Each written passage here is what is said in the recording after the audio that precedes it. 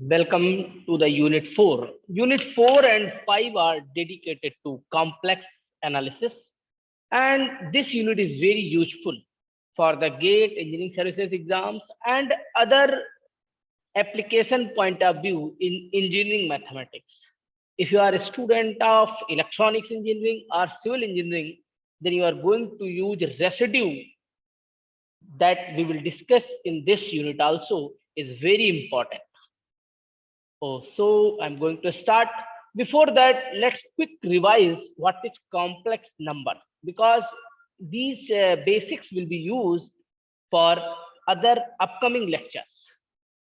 So complex number, you all know that can be represented in the form of z equal to x plus iy.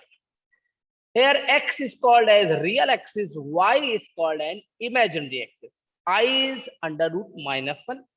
I call it as frequently iota. So I is under root minus 1. So suppose this is a point P, that's coordinate will be written as x comma y. If any complex number is z equal to x plus iy, then its corresponding ordered pair will be x comma y, and origin has ordered pair 0 comma 0. So if we take the magnitude of this complex number z, then it is equal to the distance of any point with respect to the origin, distance from the origin. So we have to take the distance from the origin, that is OP distance. So under root x minus 0 whole square plus y minus 0 whole square, that is under root x square plus y square. So mod z is under root x square plus y square. So it is a very interesting, and you can see that it is always greater than equal to 0. Why greater than? Because it is a positive value inside the under root and outside sign is positive sign. 0 it can be when point is itself on origin. It means origin has magnitude 0. If we take the mirror image of this point P, so image of this point will be, if you suppose x-axis as a mirror, then its image will be here and its coordinate will be x comma minus y, because in fourth quadrant, if we take P in first quadrant, then mirror image with respect to x-axis, if we put a mirror and on x-axis, then its coordinate will be x comma minus y. Then it's called conjugate of any complex number, z conjugate, that is x minus iy. This is called conjugate of any complex number.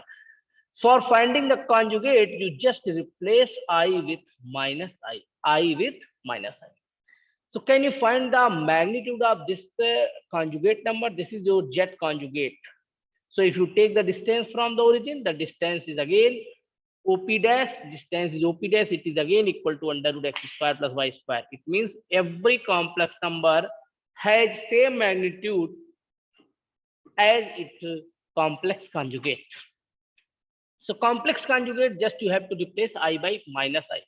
Suppose you have any complex number 1 over iota minus 1, then its complex conjugate will be, you have to multiply with minus I minus 1 in numerator and denominator. Don't multiply with I plus 1, because complex conjugate is, you just replace I with minus I. If you multiply z and z conjugate, z is your x plus iy and z conjugate is x minus iy, you will get x square minus I square y square.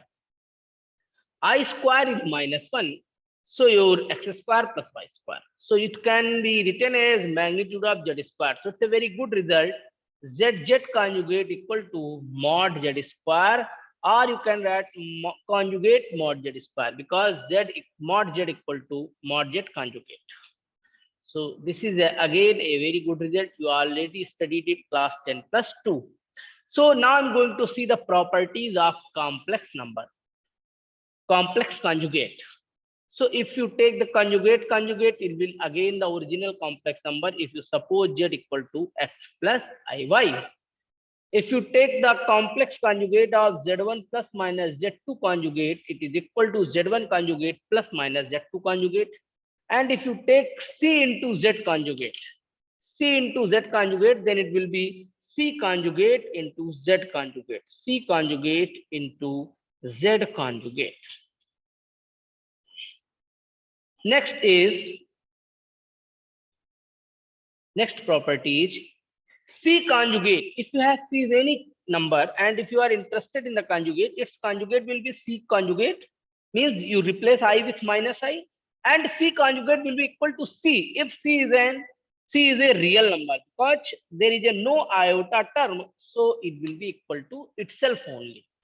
Suppose you have a number 2, then conjugate of 2 will be 2 because 2 is a real number. But if you are going to find the conjugate of 2 minus I, it will become 2 plus I. It will become 2 plus I. Z1 into Z2 conjugate, if you take Z1 into Z2 conjugate, it will separate the conjugate Z1 conjugate into Z2 conjugate. And in the division also, if you take Z1 over Z2 conjugate, whole conjugate like this, Z1 over Z2 whole conjugate, it is equal to Z1 conjugate over Z2 conjugate.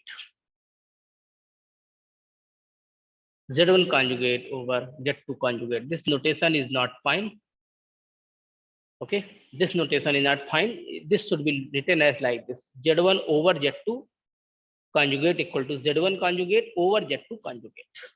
Properties of magnitude, mod Z, I already told you, it is always greater than equal to 0. It will be 0 if Z is itself an origin. Mod Z1 into Z2 equal to mod Z1 into mod Z2. Mod Z1 over Z2 equal to mod Z1 over mod Z2, where mod Z2 should not be equal to 0. Mod C into Z equal to mod C into mod Z. Triangle property, if you take mod of Z1 plus Z2, it is less than equal to mod Z1 plus mod Z2. This is called triangle property. If you have minus sign also, then this property will hold. Plus and minus, both cases it will hold. But remember, in this place, it will be always positive sign. So we have a generalized triangle inequality that is very important actually. Generalized triangle inequality. See quickly, I'm going to write it again. Generalized conjugate property is, if you have mod of Z1, I'm going to write this property, mod Z1 minus mod Z2, okay? Then take again mod. It is equal to the mod Z1 minus mod Z2, and it is less than equal to mod Z1 plus mod Z2. This is called generalized triangle inequality, and it will use in upcoming so many lectures. Polar coordinates, you have already studied in 10 plus 2. If you have, this is your pole, and this is straight line is called initial line. This line is perpendicular line is called vertical line. If you take any point P, then its coordinate is given is in the form of r comma theta, where r is the distance of point P from the origin and theta is angle with the initial line. So it will be always in the anti-clockwise direction, in the anti-clockwise direction. So I already told you, if T is a complex number, then OP is equal to mod Z, that will be equal to R also. So let's see the relation between polar coordinates and Cartesian coordinates. If you suppose the point P is representing both the coordinates in the polar and Cartesian system, then OP is equal to R and theta is the angle with the initial line. X is the distance of OL line and Y is the distance of PL line. So this is a right angle triangle, and if you apply the cos theta that is based upon hypotenuse, so X over R, it means X is going to be R cos theta, and if you apply sin theta that is perpendicular upon hypotenuse, so Y equal to R sin theta. So you have X equal to R cos theta, Y equal to R sin theta. It means if you have R and theta, you can easily find the value of X and Y. It means if you know the coordinates of polar system, you can find the coordinates of Cartesian system. Suppose you know X and Y and you want to find the polar coordinates, then you can use this result, square both the equations and add, then R square equal to X square plus Y square, or you can say that R equal to positive under root X square plus Y square. Remember my point, R is always distance, so we always take it at greater than equal to 0. And if you divide equation 2 by equation 1, then it will be tan theta equal to Y by X, or theta equal to tan inverse Y by X. Okay. One more important point is, you know that Z equal to X plus IY, and if you put the value of X and Y, X is R cos theta, Y is R sin theta, and R you can take outside. So Z equal to R cos theta plus I sin theta. And Euler told us cos theta plus I sin theta equal to e to the power I theta. So z equal to nothing else r e to the power I theta, and mod z equal to r, because mod of e to the power I theta equal to mod of cos theta plus sin theta. You can verify it is under root cos square theta plus sin square theta. So it will become 1. It will become 1. What is De Moivre theorem? Cos theta plus I sin theta to the power n equal to cos n theta plus I sin theta. This is true for any rational number. N is any rational number, means in the form of p by q, provided q not equal to 0. What is complex function? Let's see. This is the course from where we have to start. Let z equal to x plus iy, and x is the real part of z. So we can also write is x equal to real of z. Y is imaginary part of z.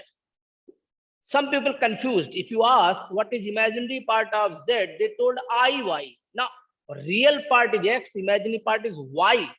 Coefficient of iota is called imaginary part. So if you are asking imaginary part, don't include I. You have to tell the coefficient of I only. So imaginary part of z is y here. So let's consider a function w equal to fz. Means if you apply any function on the z, then you get another complex function that is called uxy plus iota vxy. What is meaning here? Let's see carefully. Suppose you are in z-axis. I'm going to draw for you in a new page. Suppose you are in z plane. This is your x-axis, this is your y-axis. This is any point z here. And if you apply any function here, fz, means f of x plus iy, then you get any another point, that is I'm calling here w actually. This is UV plane. Plane is changed. Suppose initially the domain is look like this. Now this domain is D star, look like this. This is domain where we have all the points. Domain, you know, you have studied in class 10 plus 1. So if you apply f on any complex number x plus iy, you will get another complex number, that is I'm calling u plus iy. So the image of any complex number is an also complex number. And here u and v are function of x and y. U and v are function of xy. Remember my point, u and v are function of xy. U is called the real part of fz and v is called imaginary part of fz. Similarly, x is called real part of z, y is called imaginary part of z. For example, if you have any f z equal to x sin y plus iota e to the power I, what is f of 1 plus 2i means x equal to 1, y equal to 2, you can find the value of function. So this will be the image of this point 1 comma 2. Limit of a complex function. If limit z tending to z naught fz exists, if it is not exist, then I will tell you the way how to fail any limit is not existing. But for proving any limit is existing is quite difficult. To fail it very easy in the complex, but to prove that limit is existing is very difficult, because that we have to use calculus of several variables, and that is not in the syllabus till now in BTech. So it should be included calculus of several variables. Then only you can better understand the limit, continuity and differentiability of several variables, because in 10 plus 2 you have studied limit, continuity and differentiability in one variable. But now I'm going to move in 2 or more variables.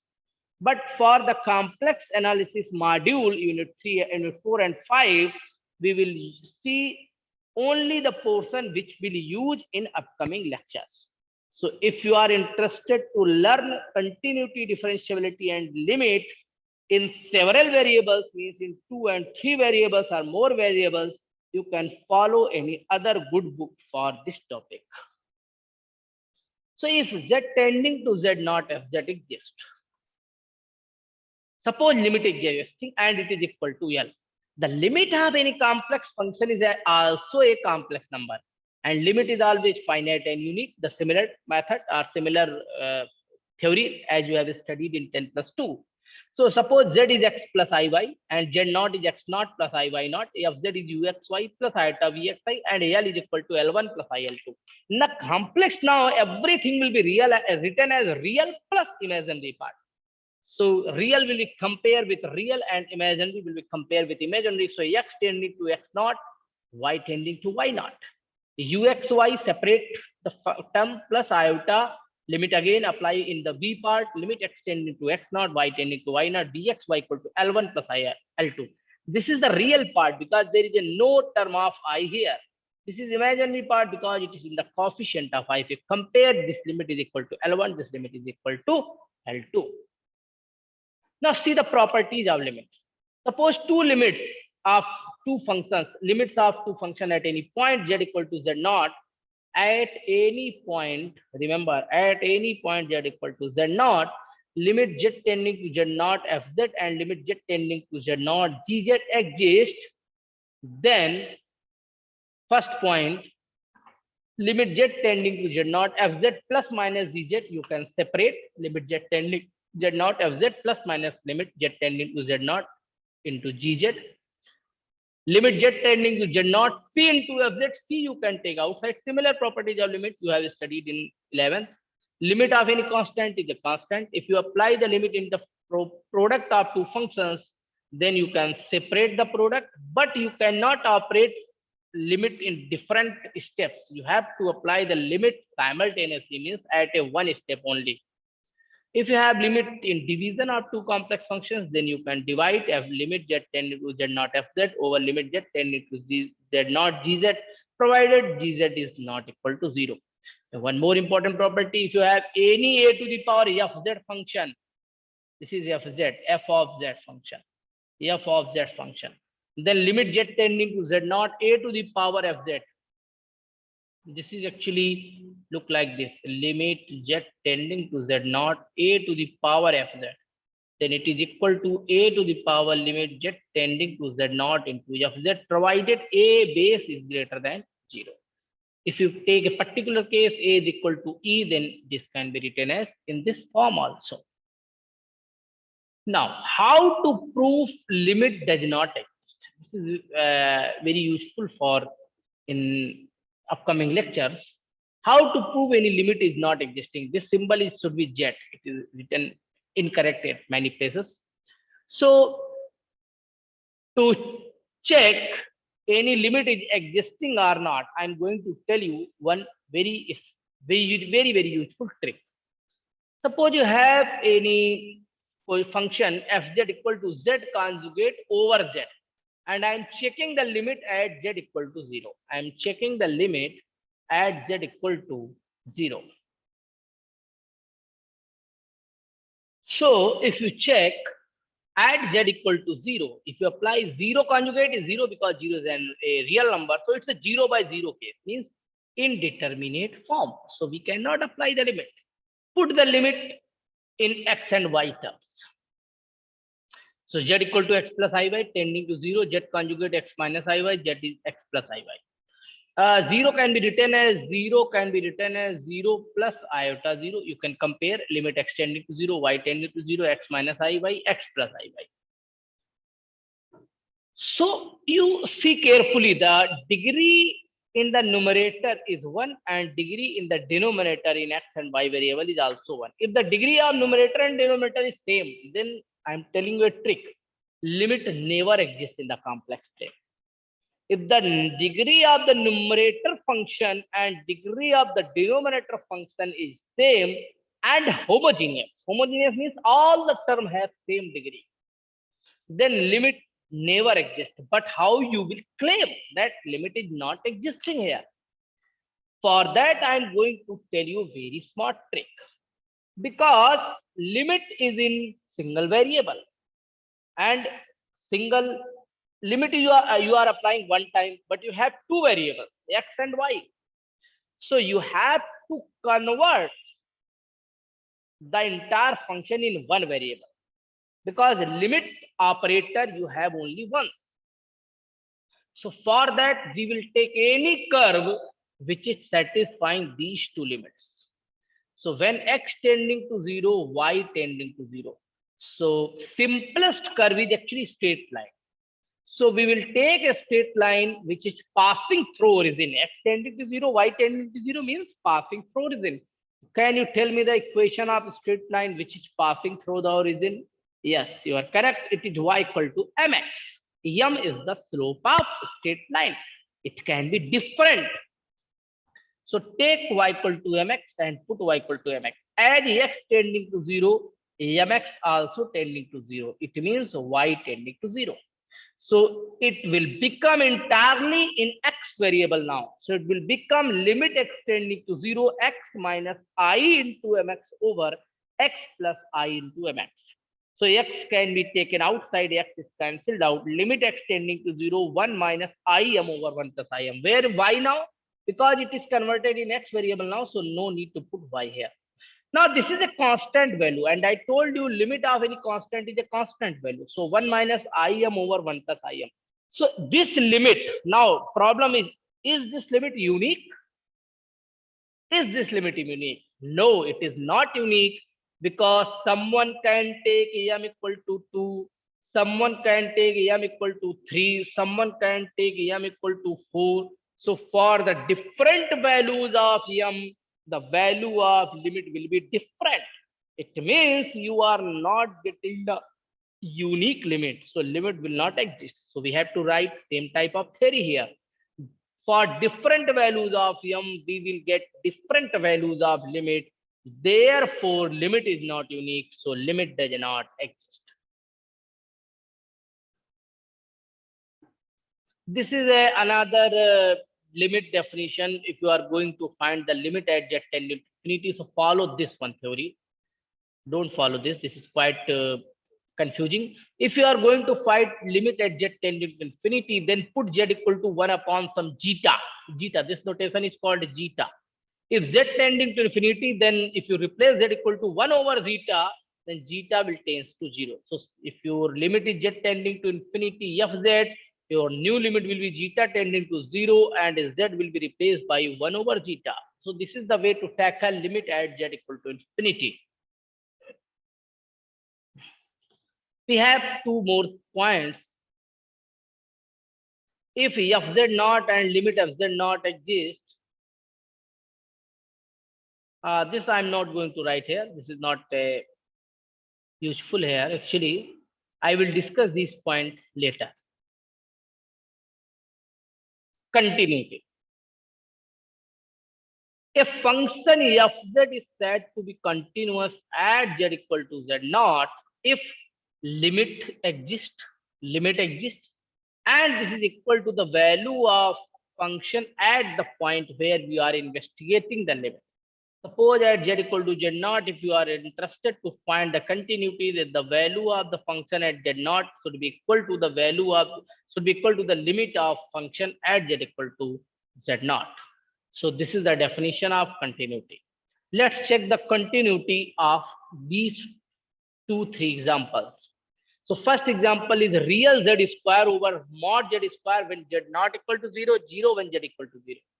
Fz equal to imaginary z over mod z when z not equal to 0, z equal to 0. Take first example. Real z square. Can you tell me what is real z square? Z square. Firstly, what is z? That is x plus iy.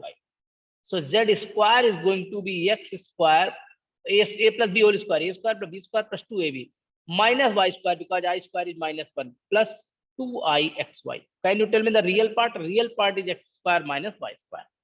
So it will be x square minus y square. Mod z square is x square plus y square. Limit z tending to 0, not equal to 0 actually. Z tending to 0, then you have to take this value of function. If z equal to 0, then the value of function is 0. So we have to check if this limit is equal to 0, then this example is continuous at z equal to 0. So let's check this limit. But the problem, the degree in the numerator is 2 of every term, and the degree in denominator of every term is also 2. So this will not exist. But how you will prove?